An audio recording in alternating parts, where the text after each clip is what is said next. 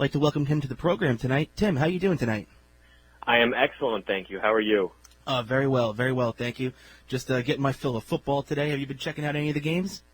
Oh, I as a New Englander natively, I watched the Buccaneers and Tom Brady very closely today. So it's been a football day for sure.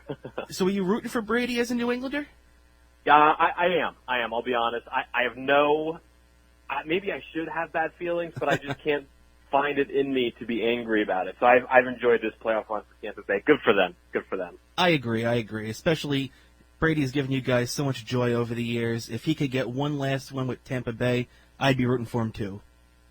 There you go. Exactly. And I'm a Jets fan, and I have no animosity towards Tom Brady at all. So let's. Wow, that probably leaves you in the minority. It does. I definitely catch a lot of flack from my Jet fan friends for it, but I'm one of those. I just can't hate greatness. So especially Understood. With Brady, one of the best of all time. But I just like to thank you for joining me here tonight. I'm a big fan of your work. Happy to. Thank you. Absolutely. And I'm sure being a Mets beat writer, there's never a dull moment. Definitely not. There seems to always be something popping up for this team. I mean, we had all these shenanigans over the last few years with the Wilpons, and there's always something going on that fans were complaining about. And we thought that we got this shining light in Stevie Cohen that came here, and I think he's definitely done a really great job of putting a new face on this team and everything. But then, unfortunately, it seems like the Mets are snake-bitten again as they have to let go of Jared Porter after this pitcher's controversy and everything like that pops up. What are your thoughts on how the Mets handled the Jared Porter controversy and with how quickly they dealt with it and got rid of him? I thought they handled it well. There really was only one decision to make. It was an easy decision. Absolutely. They made it quickly, and they fired him, right? As soon as that story came out from ESPN late Monday night last week, he was cooked. There was no way they could possibly keep him, especially in the context of Steve Cohen has faced some sex discrimination stuff in his hedge fund. The former employees, litigating that right now. So the Mets had no choice but to fire Jared Porter, and they did it quickly. And Sandy Alderson did his news conference a few hours later, and he said basically all of the right things, I think, in a bad situation like that. So Mets-wise, it's over and done with. I think if you're the Cubs, who employed Jared Porter at the time he conducted himself this way, or if you're the Diamondbacks, perhaps, who hired him a couple of months later, then maybe you're doing a little more soul-searching about your culture and things like that. Absolutely. But Mets-wise, maybe from here on out they improve their vetting process in some way. But, that'll be another bridge to cross when they eventually make another big hire, which they are not going to do right now. Okay, well, that was one of my next questions. So you think the Mets are just going to stay pat? Do you think that Sandy is taking on the brunt of the GM responsibilities right now? Yeah, that's pretty much the way it's going to work. Sandy Alderson signed up to be team president, which in effect is the job that Jeff Wilpon had previously. And the plan was for Sandy to hire a president of baseball operations to work under him, and then a general manager to work under both of them. So he's going to have two top baseball executives, and now he has neither of those things. So Sandy is stuck doing the job that he didn't exactly sign up for when he agreed to join Steve Cohen in this endeavor, but that's the job he has now. Zach Scott, who was hired as assistant GM the week after the Mets hired Porter, he is in Sandy's inner circle. So he's, he has the assistant GM title, but safe to say he'll be taking on some extra responsibility now that there's no actual GM. No doubt about it. Now they're going to run it this way for the 2021 season. But do you see, I know a lot of Met fans are very hopeful, and even before they hired Jared Porter, there was a lot of whispers about Theo Epstein. Now, do you think that maybe with Porter being out, do you think if they, I know Epstein had spoken about wanting to take 21 off to be with his family and spend some time and self-reflection and everything along those lines. But do you think maybe in October 2021, after this season closes and the Mets are looking for new front office personnel, do you think that there's a chance Theo Epstein gets a call from the Mets? I think there is close to 0% chance that Theo Epstein comes to work for the Mets. And, I think that'd be a lot of fun to cover as a reporter. I think it would be great for Mets fans if that did happen. But it just doesn't line up. Mm-hmm. Theo said he wants to take 2021 off. He just got hired by the commissioner's office, so he's going to be working for MLB for the next year at least. I guess they'll see how that role develops over the course of time. But if Theo does get back into the team side of things, the expectation is that he'll want a cut of ownership. And I don't think Steve Cohen is interested in giving up any piece of the team that he just worked so hard to buy. And then the other thing, too, is that Theo and Sandy are basically peers on the same level, right? Mm-hmm.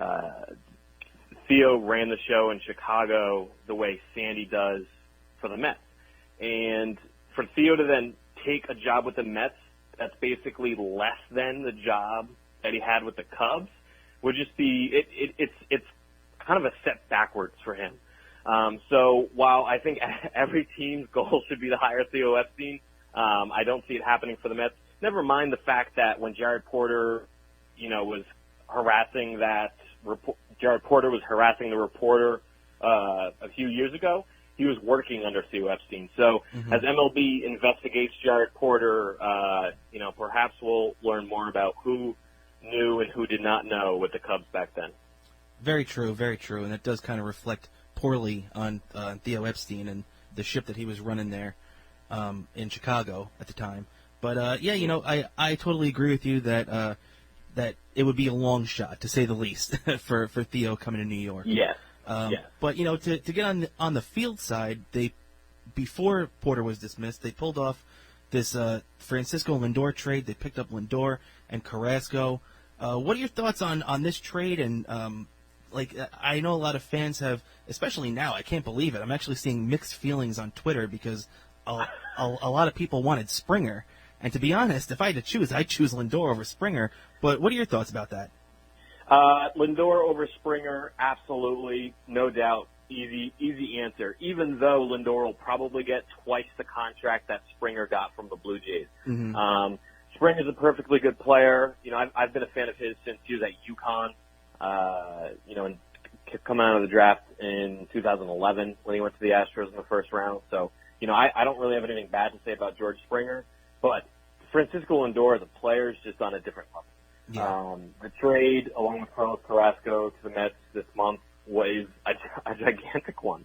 It's right up there with Johan Santana, Mike Piazza, Gary Carter, Keith Hernandez. It's that level. No doubt about it. And if and when the Mets sign Lindor to an extension, which, it's no sure thing, but I'm pretty confident that that's going to happen. If he continues the progression in his career that he's had over the first 6 or 7 years, then you're talking about a guy who might be going into the Hall of Fame with a Mets hat. That's how big of a trade it is for the Mets, and that's how good of a player Francisco Lindor is. Never mind the fact that the Mets didn't have to give up all too much to get them.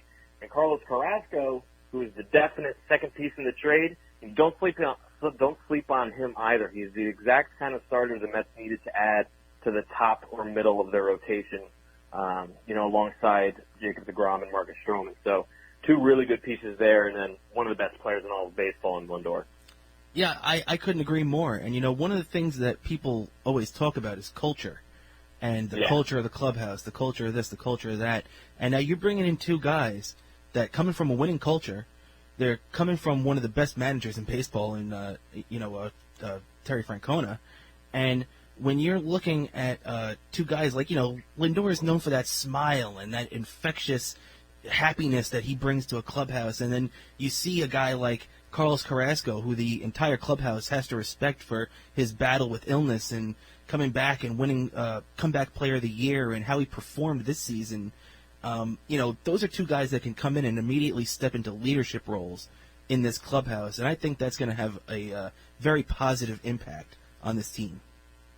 Yeah, I agree with that. Sandy's talked a big game the last couple of months about hiring good people and building a good culture and all those sort of corporate buzzwords that you hear. And if they are more than buzzwords for the Mets, then that involves doing things like firing Jared Porter very quickly when you learn about that sort of thing. And it means adding players who are not only talented on the field, but are good people off of the field. And, obviously Carlos Carrasco is a very impressive person fighting cancer, and not only fighting cancer, but beating cancer and returning to pitch in the same season. So, yes. And you mentioned it with Lindor too. I've heard a lot of good things about him, and just his demeanor, his personality, just the way he conducts himself around the team and in the community. So, it's sports. Winning matters most, but it is good too to have good people in the clubhouse. Absolutely. Yeah, no doubt about it. No doubt about it. And I think the Mets are doing a good job of keeping those good people in-house. And, you mentioned the Porter thing again, and I just want to touch on that real quick, where how do you feel? Do you think that that Steve Cohen set he really set the course of how this organization is going to handle things and really set a precedence for if anything like that happens under my watch, we're not going to have any tolerance for that. And I feel like, I don't want to throw the Wilpons under the bus because I know a lot of Met fans take pleasure in doing that. But I feel like I don't know if it would have been handled as quickly or as properly if they were still calling the shots. What do you think about that? Yeah, I thought about that too, and the juxtaposition was stark because, and they're completely different situations, but you can't help but compare them. Last year when they were deciding whether or not to fire Carlos Beltran, were being attached so closely to one of the biggest cheating scandals in the history of the sport. They took 4 days to decide what to do with that, and eventually parted ways with him. Whereas this one was more black and white, and the Mets made the easy decision very quickly, so they do get credit. I guess it sends a message to the rest of the organization that you can't act that way and expect to be able to work for the Mets. But I mean, maybe I'm giving people too much credit, but I would hope that that's already known that, that's not an okay thing to do. And if you do that, you're putting your reputation and your job and other things at risk. Yeah, exactly. You'd like to think that people just kind of would understand, between the things you should do and things you shouldn't do, especially as an adult. Right. But so some things fall through the cracks for some people, I guess. But right, yeah, exactly. Just don't act like a psycho, and you'll probably be okay. I totally agree, and it's good to see the Mets finally, getting credit for handling something the proper way. To be honest, and I think, like you said, we all knew what had to be done, and for sure. So just to keep looking at the Mets here, I know they just pulled off a trade a couple of days ago for lefty Joey Lucchesi, coming from the San Diego Padres. Now, the Mets have a, decent starting rotation now. We mentioned Carrasco. They got Syndergaard coming out of rehab for Tommy John surgery. Obviously, the lock is Jacob deGrom. And Stroman coming back at just under $19 million. So how do you think the back end of this rotation looks? Do you think that Steven Matz is really fighting tooth and nail? Do you think who do you think has the leg up between these two at the back end of this rotation? Steven Matz is definitely a question mark right now, and whatever his role ends up being, he's probably going to have to earn it, right? At the top of the rotation, it's pretty easy to pencil in DeGrom, Carrasco, Stroman, then probably David Peterson. He had a solid rookie year last year. You probably want to see more from him in 2021. And then that leaves Steven Matz, Joey Lucchesi came over from the Padres last week, as you mentioned. Maybe Seth Lugo if they decide on that, but it really sounds like he's going to be a reliever, which is the Mets are probably better off leaving him in the bullpen. I agree. So if it's a matter of Steven Matz versus Joey Lucchesi for the fifth starter role, then that's sounds like a good old-fashioned spring training job competition to me. Those can be fun, of course, watching the guys go at it Grapefruit League season. But notably, Matz has dabbled in the bullpen in a couple of years. It's only been a small handful of outings total, but it's something the Mets have gotten a look at. They don't currently have a left-hander locked into their bullpen, so he's theoretically an option. And Lucchesi does not have to be on the major league roster. He has minor league options left. They can stash him in AAA Syracuse, if they need or want to. So there's flexibility there. That was part of the appeal of Lucchesi, because they don't have to carry him. He is good, solid starter depth, right? Let's say Matz wins the fifth starter job and Lucchesi starts out not in the rotation. Lucchesi would be your next man up. Mm-hmm. And any starts that he gets are starts that, Corey Oswalt would have gotten, or in the past, Walker Lockett would have gotten, right? That's sort of the upgrade. It's not a huge attention-grabbing trade or upgrade, but it matters. And the Mets the last couple of years really lacked that depth and got a lot of innings from pitchers who probably didn't belong. And so now they're going to try to do less of that, which will just make them better overall. Yeah, I definitely agree with that. I think, that's kind of like one of the mission statements that Sandy said right out of the gate when he was first introduced as team president, that, he really wanted to upgrade the depth of this team as a whole.